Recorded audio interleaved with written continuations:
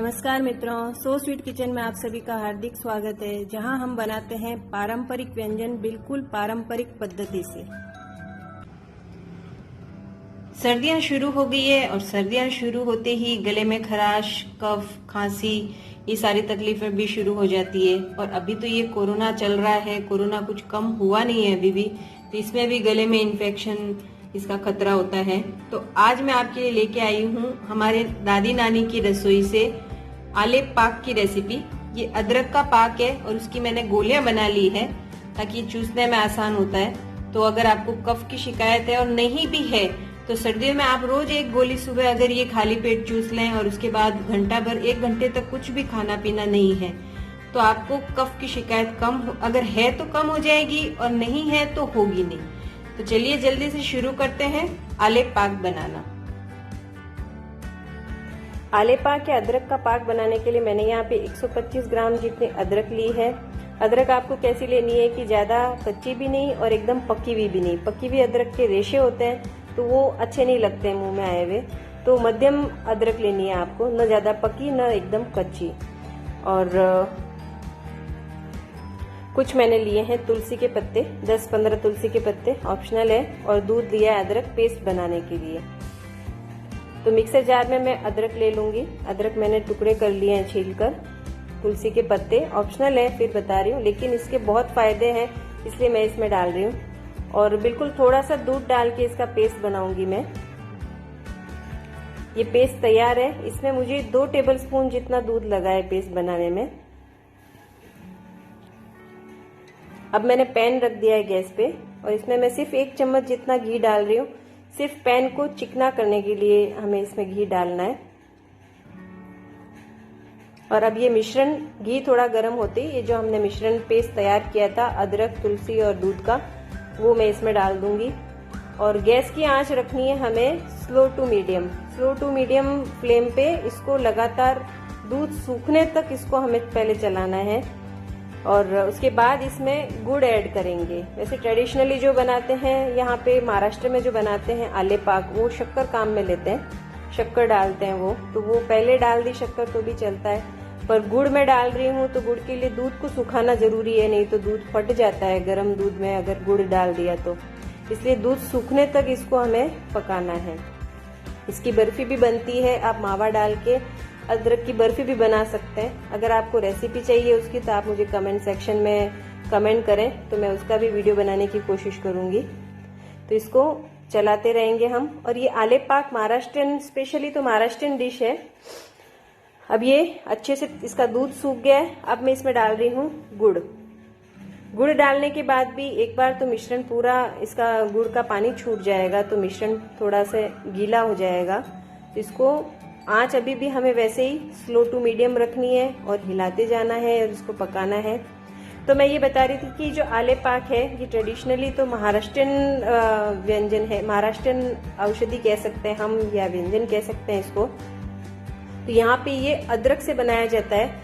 और हमारे मारवाड़ में ये सौंठ पाउडर, हल्दी और घी के मिश्रण से बनाया जाता है। क्योंकि मारवाड़ में क्या होता था, पहले गीली अदरक मिलती नहीं थी, बहुत मुश्किल से मिलती थी, तो सौंठ पाउडर ही वहाँ पे काम में लिया जाता था। उसका प्रोसेस थोड़ा सा अलग है। वो सूखे ही सारे पाउडर बस घी में मिला के उसकी गोलियां बना लेते हैं और चूसने के लिए होती है वो गोलियां। और ये महाराष्ट्रियन में स्टाइल इस तरह से है, बनाते हैं आले पाक। और ये सद्य प्रसूता को देते हैं खाने के लिए, मतलब डिलीवरी होते ही ये खाने को देते हैं, क्योंकि ये गर्म उष्ण है बहुत इसकी प्रकृति, इसलिए देते हैं। और सर्दियों में बच्चे बड़े सब ये आले पाक खाते हैं, जिससे कि कफ की शिकायत नहीं रहती है, कफ कम हो जाता है। और अदरक जो है उससे रक्त संचरण बढ़ता है, मतलब ब्लड सर्कुलेशन अच्छा होता है। और तुलसी के पत्ते, इम्यूनिटी बढ़ती है उससे, तुलसी से। और हमने इसमें गुड़ डाला है, तो गुड़ तो बहुत ही फायदेमंद है सर्दियों में खाना। हीमोग्लोबिन, गुड़ से हीमोग्लोबिन अच्छा होता है। फिर आगे जो हम इसमें मसाले डालेंगे 1-2, तो वो भी बहुत ही कफनाशक है और बहुत ही फायदेमंद है।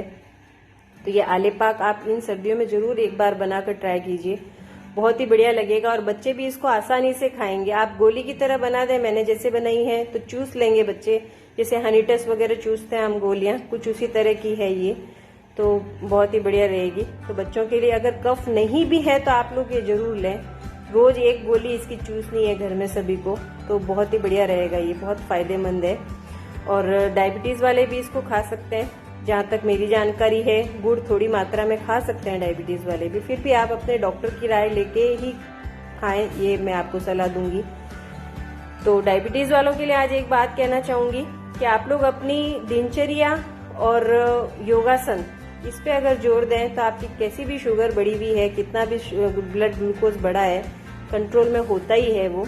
तो आजकल ये ज्यादातर तो बीमारियां हमारी दिनचर्या बिगड़ने की वजह से हुई है। तो उसमें यही सजेस्ट करूंगी मैं कि आपके शरीर में आप इंसुलिन लेवल चेक करें। अगर इंसुलिन अच्छा है तो सिर्फ दिनचर्या ठीक करके और योगासन वगैरह करके भी आप अपनी ब्लड ग्लूकोज लेवल को कंट्रोल कर सकते हैं।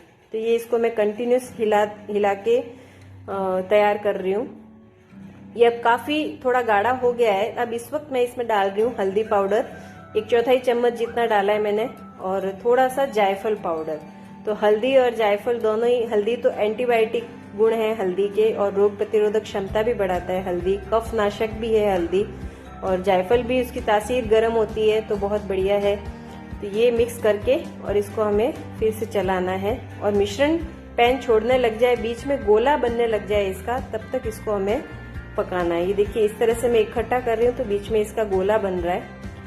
अब इसको पैन में थोड़ा ठंडा करेंगे, फिर प्लेट में निकालेंगे। अभी प्लेट मैंने ग्रीस कर ली है और इसमें मैं निकाल के, आप चाहें तो इसकी वड़ी भी बना सकते हैं, मतलब थाप के इसकी चक्की की तरह जमा दें इसको, और इसको कट भी कर सकते हैं। पर मैं इसको ठंडा करके इसकी गोलियां बना लूंगी, तो चूसने में आसानी होती है। तो कैसा लगा मेरा आज का ये वीडियो? मेरा वीडियो आपको पसंद आया है तो लाइक कीजिए, फ्रेंड्स और फैमिली में शेयर कीजिए, और मेरा channel so sweet kitchen subscribe भी कीजिए, बेल आइकन भी दबा दीजिए। फिर मिलेंगे एक नई रेसिपी के साथ, तब तक के लिए स्वस्थ रहिए, मस्त रहिए। धन्यवाद।